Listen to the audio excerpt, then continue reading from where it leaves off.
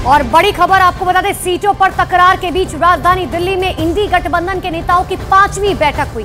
इस बैठक में गठबंधन के नेताओं ने वर्चुअली हिस्सा लिया। सीट शेयरिंग के मुद्दे पर इस बैठक में कांग्रेस की तरफ से मल्लिकार्जुन खड़गे, राहुल गांधी शामिल हुए, जबकि जेडीयू की तरफ से नीतीश कुमार और आरजेडी की तरफ से लालू यादव और तेजस्वी यादव ने हिस्सा लिया। इस बैठक में एनसीपी अध्यक्ष शरद पवार शामिल हुए। साथ ही सीपीआई से बात करें तो डी राजा और सीएमपी से सीताराम येचुरी ने हिस्सा लिया। डीएमके से स्टालिन कनिमोई भी बैठक में शामिल हुए। तो बड़ी जानकारी इस वक्त की आपको दे रहे, तस्वीरें भी आपको दिखा रहे। वर्चुअली बैठक जो है इंडी गठबंधन की, इसकी शुरुआत हुई, लेकिन कई ऐसे नेता हैं जो नहीं पहुंचे। उद्धव ठाकरे जो है वो शामिल नहीं हुए।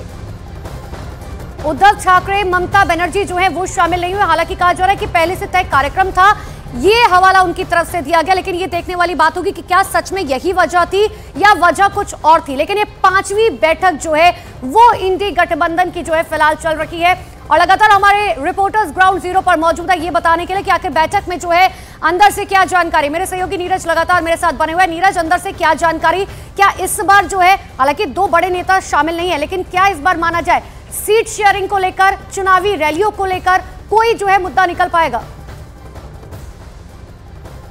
देखिए, अभी बैठक चल रही है और इस वक्त हम लोग मल्लिकार्जुन खड़गे के घर के बाहर है। मल्लिकार्जुन खड़गे यहीं से बैठक अटेंड कर रहे हैं। उसके अलावा केसी वेणुगोपाल, राहुल गांधी भी इस बैठक में हिस्सा ले रहे हैं। बैठक को 2 घंटे होने को जा रहे हैं, लेकिन सबसे महत्वपूर्ण बात है कि ममता बनर्जी और शिवसेना यूबीटी के चीफ उद्धव ठाकरे तो हिस्सा नहीं ले रहे हैं। जो वीडियो हमारे सामने आई है उसमें अखिलेश यादव भी अब तक नहीं दिखे। हो सकता है वो बैठक में हिस्सा ले रहे हैं कि नहीं, ये अभी जानकारी प्राप्त करनी होगी। लेकिन 2 महत्वपूर्ण चेहरे हिस्सा नहीं ले रहे, ये न्यूज 18 इंडिया को कंफर्म हो गया। लेकिन कुछ और नेताएं हिस्सा नहीं ले रहे। लेकिन सबसे बड़ा जो मसला है सीट शेयरिंग और साझा रैलियों के अलावा ये है कि क्या कन्वेनर और चेयरपर्सन के पद पे इस बैठक में चर्चा होगी, क्योंकि नीतीश कुमार इस बैठक में मौजूद है, उनके साथ दूसरी पार्टी के नेता भी मौजूद है। तो ये सबसे बड़ी बात होगी कि क्या कन्वेनर और चेयरपर्सन पे चर्चा हुई, क्योंकि माना जा रहा था कि चर्चा होगी। शरद पवार ने अंतिम वक्त में, क्योंकि मल्लिकार्जुन खड़गे का फोन गया था शरद पवार को और शरद पवार ने अपने राजनीतिक कार्यक्रम को थोड़ा देर किया क्योंकि उनकी उपस्थिति पे भी संशय था। तो मुझे लगता है कि कुछ बड़े पद पे चर्चा जरूर हुई होगी और उसके लिए इंतजार करना होगा। अभी जो है बैठक के शायद बात जो है वो तस्वीर साफ हो जाए, लेकिन जिस तरीके से उद्धव ठाकरे और ममता बनर्जी शामिल नहीं हुए हैं, उन दोनों ने क्लियर कर दिया था कि हमें जो है कितनी सीटें चाहिए, कहां-कहां जो हम रैलियां करने चाहते हैं। क्या सिर्फ यही वजह थी कि कोई और कार्यक्रम था या ये भी वजह हो सकती है?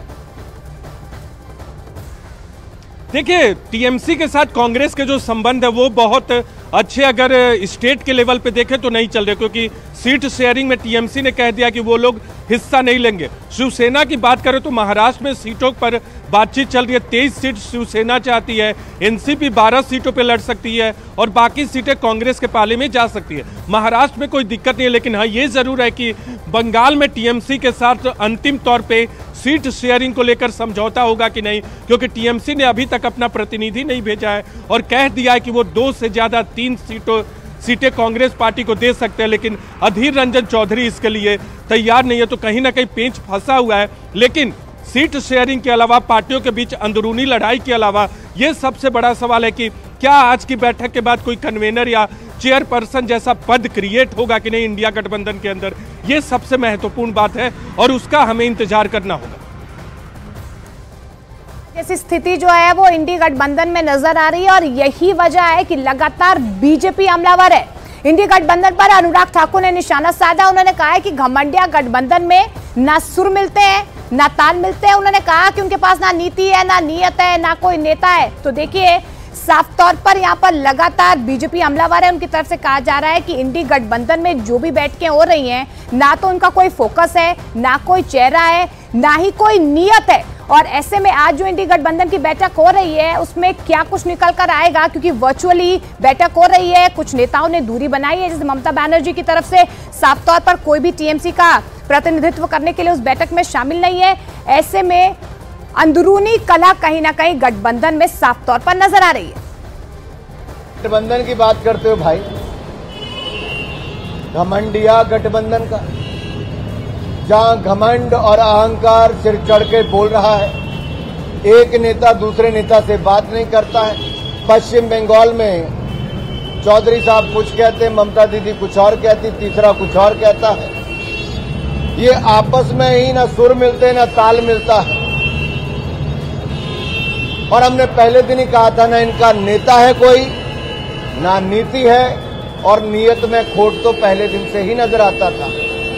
और मैं फिर कहता हूं, ये घमंडिया गठबंधन ये कहीं का नहीं हो सकता। यह एलायंस कैसा है देश और दुनिया जानती है, सब लोग जानते हैं कि यह घमंडिया गठबंधन है, अहम में और घमंड में रहने वाला, और वो भी भ्रष्टाचारियों की जमात, घोटालेबाजों की जमात, जहाँ सिर्फ तुष्टि और तुष्टिकरणी है, कुर्सी से मतलब है, देशवासियों से विकास से कोई मतलब नहीं है, देश के तरक्की उत्थान से मतलब नहीं है, ऐसा गठबंधन है। अब बाद में देखेंगे कौन रहेगा।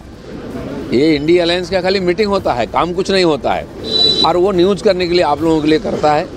इसलिए देखिए कुछ होने वाला नहीं है, बाद में एक एक करके वहाँ से निकल जाएंगे। तो देखिए नीरज लगातार इस बैठक पर नजर बनाए हुए हैं, उनका हम रुख कर लेते हैं। नीरज, जिस तरीके से आप बता रहे थे, और यहाँ देखिए अब बीजेपी लगातार हमलावर है। बीजेपी की तरफ से साफ तौर पर कहा जा रहा है अपनी अपनी डफली, अपना अपना राग जो है इंडी गठबंधन के तमाम नेता जो है वो अलाप रहे हैं। सीट शेयरिंग की बात तो बाद में होगी, लेकिन ये रूठना मनाना खत्म होगा पहले। देखिए कहीं ना कहीं पेच तो फंसा रहता है इंडिया गठबंधन के दलों में, और इंडिया गठबंधन के दलों को इस बात का अंदाजा भी है। कुछ इंडिया के घटक दल नाराज भी रहते हैं कि इस पार्टी से, खासकर कांग्रेस से उनकी नाराजगी कुछ क्षेत्रीय दलों की रहती है कि लेट लतीफ से फैसले हो रहे, खासकर जेडीयू के अंदर। लेकिन सीट शेयरिंग की बात करें या दूसरे मसलों की बात करें, सबसे बड़ी चुनौती यह है कि अगर ममता बनर्जी के साथ कांग्रेस का गठबंधन बंगाल में नहीं होता है तो आने वाले दिनों में भारतीय जनता पार्टी को लोकसभा चुनाव में चुनौती कम मिलेगी। स्टालिन जो कि डीएमके के प्रमुख है, वो जरूर तमिलनाडु से शामिल हुए हैं, वहां बीजेपी का जनाधार थोड़ा कमजोर है, लेकिन बंगाल में अगर आपको कड़ी चुनौती देनी है भारतीय जनता पार्टी को तो ममता बनर्जी का साथ रहना जरूरी है। उद्धव ठाकरे, खासकर इस तरह की बैठकों में जब तमाम नेता शामिल होते हैं तो नैतिक समर्थन मिलता है लोकसभा चुनाव से पहले इंडिया गठबंधन को और विपक्षी गठबंधन को, लेकिन वो आज बैठक में नहीं दिख रही है। हाँ, लेकिन ये जरूर है कि कुछ बड़े चेहरे जरूर हिस्सा ले चुके हैं। अखिलेश यादव के बारे में हमें थोड़ा इंतजार करना होगा कि वो इस बैठक में शामिल हुए कि नहीं, क्योंकि वीडियो में उनका चेहरा नहीं दिख रहा है। हालांकि कुछ और नेताओं का भी चेहरा नहीं दिख रहा है।